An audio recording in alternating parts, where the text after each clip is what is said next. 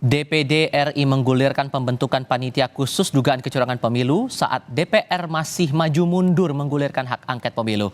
Kemana arah politik DPD dan apa pengaruh pembentukan pansus ini terhadap hasil pemilu nantinya? Kami diskusikan bersama dengan para narasumber. Bergabung saat ini pakar hukum tata negara Zainal Arifin Muchtar dan anggota DPD RI Philip Wamafma. Selamat sore semuanya, apa kabar? Sore, baik. Terima kasih seluruhnya sudah bergabung dalam diskusi kami kali ini. Pak Philip, saya ke Anda dulu. Ini kan dari DPR masih belum memutuskan sebetulnya apakah akan digulirkan hak angket ini atau tidak. Tapi apa hal yang mendasari DPD lebih dulu untuk maju mengusut kecurangan ini dengan membentuk pansus? Jadi begini ya, DPD sebagai lembaga negara itu diberikan kewenangan dalam konstitusi untuk melakukan pengawasan, ya. Jadi apa yang DPD lakukan hari ini tidak berdasarkan opini pada lembaga-lembaga yang lain, tapi berdasarkan kewenangan yang dimiliki oleh DPD. Nah, apa yang menjadi dasar dalam paripurna kita putuskan untuk perlu dibentuk pansus, karena ini merupakan temuan semenjak persiapan pemilu, DPD sudah membentuk posko-posko di seluruh provinsi, ya, kepada masyarakat secara umum, baik perorangan maupun kelembagaan, untuk menyampaikan pengaduan terkait dengan persoalan-persoalan pemilu. Nah, oleh sebab itu, berdasarkan pengaduan, laporan daripada masyarakat, maka DPD memiliki kewajiban untuk menindaklanjuti, baik kajian cepat maupun dalam pandangan-pandangan politik DPD. Dan DPD sepakat bahwa pemilu ini perlu mendapatkan atensi khusus agar kualitas demokrasi kita itu makin baik ke depannya. Jadi kalau dibilang DPD seakan mendahului DPR yang masih berwacana dengan hak angket, berarti nggak tepat berarti?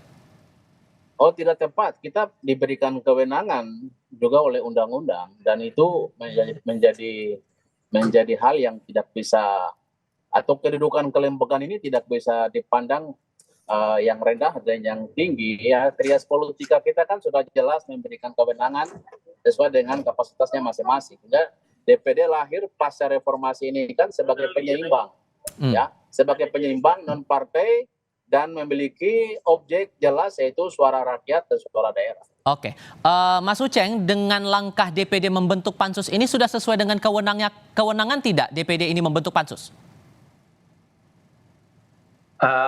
Saya kira begini ya, kita harus menghargai DPD yang kemudian mau melakukan sebuah konsep pengawasan. Karena saya kira memang parlemen harusnya bekerja untuk melakukan pengawasan. Kenapa kita bikin parlemen kita menjadi dua kamar, ada DPR dan ada DPD? Salah satu doktrinnya adalah supaya dua mata lebih bagus dari satu mata. Two eyes better than one eye. Artinya apa? Menguatkan, dengan adanya dua lembaga itu bisa menguatkan konsep pengawasan terhadap pemerintah. Tapi saya kira begini, ada baiknya DPD coba bertenang-tenang, lalu kemudian coba merumuskan baik-baik makna pengawasan yang boleh dia lakukan.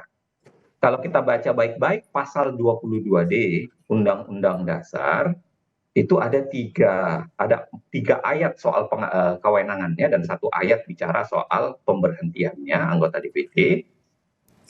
Kewenangan pengawasan itu ada di 22D ayat 3. Nah, kalau Anda baca baik-baik, itu dikatakan DPD dapat melakukan pengawasan, ya, untuk mengenai hal-hal tertentu. Jadi ada otonomi daerah, ada pembentukan, pemekaran dan penggabungan daerah, ada hubungan pusat dan daerah, ada pengelolaan sumber daya alam, sumber daya ekonomi, ada pelaksanaan APBN, pajak, pendidikan, agama. Tapi coba diingat kata kalimat terakhirnya. Hasil pengawasan itu disampaikan kepada DPR untuk ditindaklanjuti. Oke, berarti jadi, harus seiring sejalan mereka bergerak, begitu?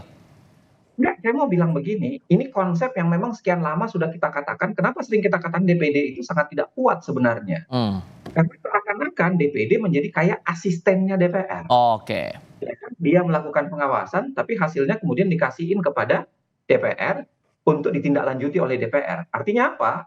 ada pertanyaan besar soal konstitusionalitas, bisakah DPD menindaklanjuti hasil pengawasannya? Karena di sini dikatakan ditindaklanjutinya itu oleh DPR, itu satu. Yang kedua adalah kenapa saya bilang harus bertenang-tenang untuk membaca, karena di sini kan ada enam hal yang bisa diawasi oleh DPD itu. Nah, betulkah pemilu itu masuk menjadi salah satu dari 6 ini? Oke. Nah, itu harus dibicarakan baik-baik. Saya kira saya kalau kita mau melakukan penalaran ya, kira-kira ada 2 yang mungkin kalau kita mau bangun logikanya. Satu adalah masuk dari pemekaran dan penggabungan daerah, khususnya yang terjadi di Papua. Ya. Karena salah satu indikasi atau salah satu kecurigaan atau salah satu catatan yang kami lakukan misalnya di Dirty Vote itu, pemekaran itu adalah bagian dari upaya untuk menguasai proses pemilu. Ya kan? Makanya kenapa kemudian Papua yang selalu dimenangkan oleh Jokowi dipecah menjadi 6 provinsi supaya kemudian menambah jumlah probabilitas kemungkinan untuk menguasai 50% plus 1 jumlah provinsi dan sekurang-kurangnya 20%. Oke, sorry saya potong di situ Mas Uceng. Satu hal juga yang perlu dipertegas di sini. Sorry saya potong. Masalah posisi DPD mengajukan pansus itu apakah juga bisa hak untuk bertanya kepada pihak-pihak terkait karena ada niatan untuk memanggil KPU, Bawaslu, DKPP, itu ada hak juga dari DPD untuk melakukan hal itu? Nah, makanya saya harusnya selesaikan ini ya. Oke. Saya selesaikan. Saya bilang tadi, pintu masuknya apa? Kan pengawasannya itu hanya di 6 hal yang tadi saya sebutkan, dan 6 hal itu apa kaitannya dengan pemilu. Makanya DPD harus menjelaskan pintu masuknya. Kalau tanpa penjelasan itu nggak bisa menurut saya, karena 22D ini mengunci. 22D inilah yang menghidupkan pengawasannya DPD. Yang pengawasan itu saya kira dalam tanda kutip ya nggak kuat. Karena DPD lakukan, tapi kemudian hasilnya diserahkan kepada DPR untuk ditindaklanjuti. Jangankan hasilnya, pintu masuknya saja itu sempit. Karena DPD tidak bisa melakukan semua hal. Hanya saya sebutkan tadi. Makanya saya bilang, DPD harus membangun penalaran untuk kita menjelaskan kenapa bisa masuk untuk mengawasi hasil pemilu dari pasal 22D ayat 3. Makanya saya bilang sebut tadi satu. Mungkin pemekaran itu yang bisa dilakukan, pintu masuknya dari situ, atau yang kedua pintu masuknya pengawasan dalam kaitan pelaksanaan APBN. Misalnya khususnya pelaksanaan bansos, khususnya pelaksanaan hal-hal yang berkaitan dengan pork barrel. Apa yang dilakukan oleh pemerintah dengan memberikan semacam pork barrel ya kepada masyarakat yang kemudian ditenggarai sangat mungkin berkaitan dengan digunakan sebagai hasil untuk pemilu. Oke, kalau gitu saya coba konfirmasi dulu ke Pak Philip kalau begitu. Dari posisinya itu pansus ini diajukan untuk apa? Penalarannya mau mengarah kemana sebetulnya? Agendanya apa sebetulnya Pak Philip? Jadi begini ya, yang pertama harus dipahami tentang filosofi dasar kenapa sampai DPD itu dibentuk. Ya. DPD terbentuk ketika rakyat sudah tidak lagi percaya terhadap lembaga-lembaga politik lainnya. Ya. Sehingga hadirnya DPD itu sebagai penyeimbang kelompok-kelompok independen yang bersepakat untuk turut menjaga konstitusi. Ya, sehingga konstitusi siapapun dia penyelenggara negara, penyelenggara pemerintahan ini wajib dilaksanakan itu sesuai dengan amanat konstitusi. Jadi DPD secara politik punya kewajiban untuk menjaga konstitusi kita.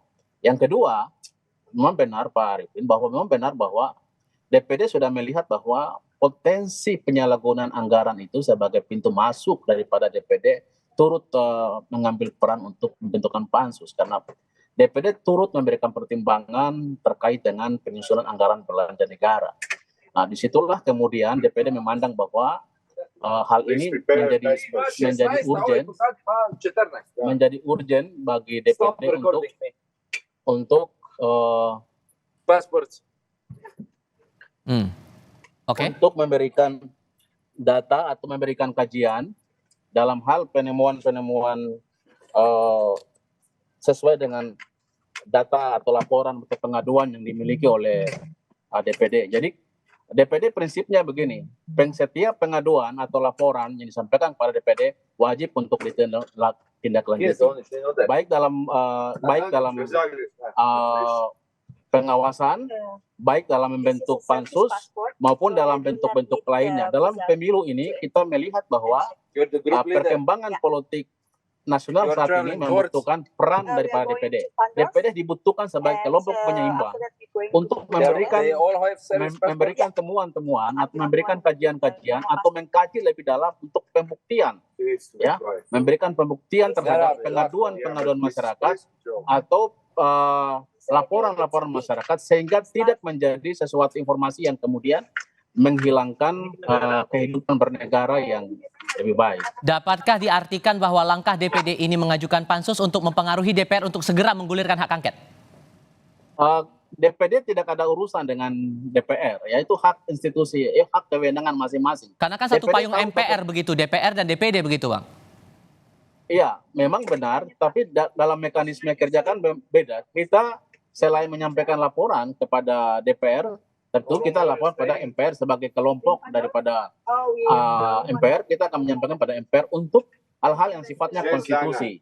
Nah, sementara hal-hal yang sifatnya administrasi atau hal-hal yang sifatnya temuan-temuan, tentu kita akan menyampaikan kepada pihak-pihak yang berkompeten.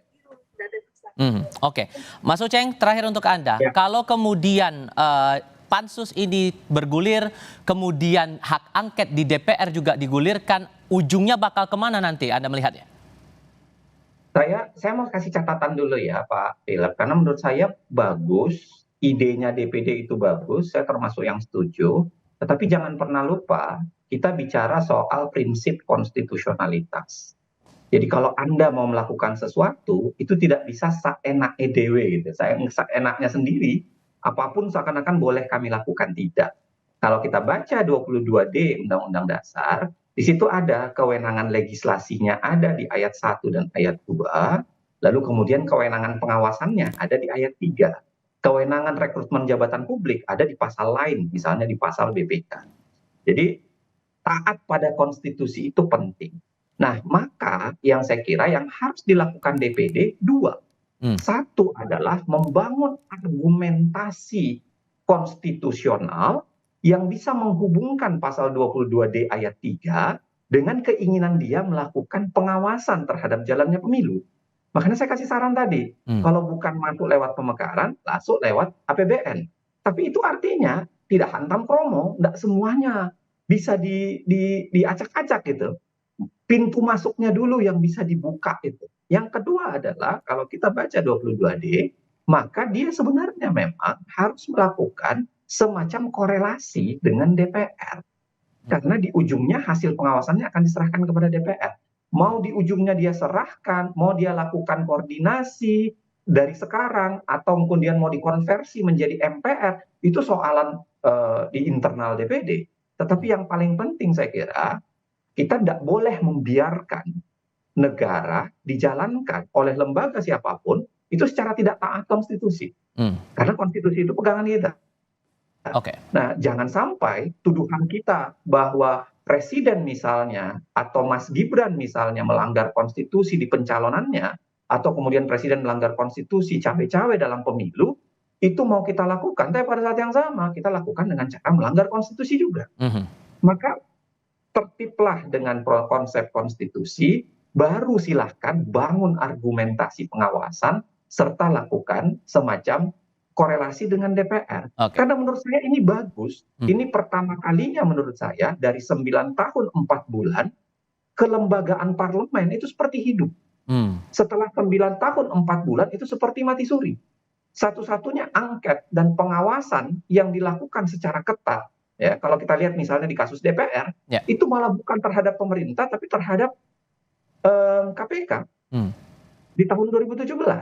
Nah, 9 tahun 4 bulan mati suri, menurut saya ini saatnya parlemen kembali bangkit, ya, membangun yang namanya nuansa oposisi, membangun nuansa checks and balances, karena itu yang bisa menyehatkan demokrasi presidensial kita. Baik, ada check and balances itu yang jadi penting di sini. Pak Philip, terima kasih. Mas Uceng juga terima kasih sudah berbagi pandangan dan diskusi bersama kami kali ini. Selamat sore semuanya.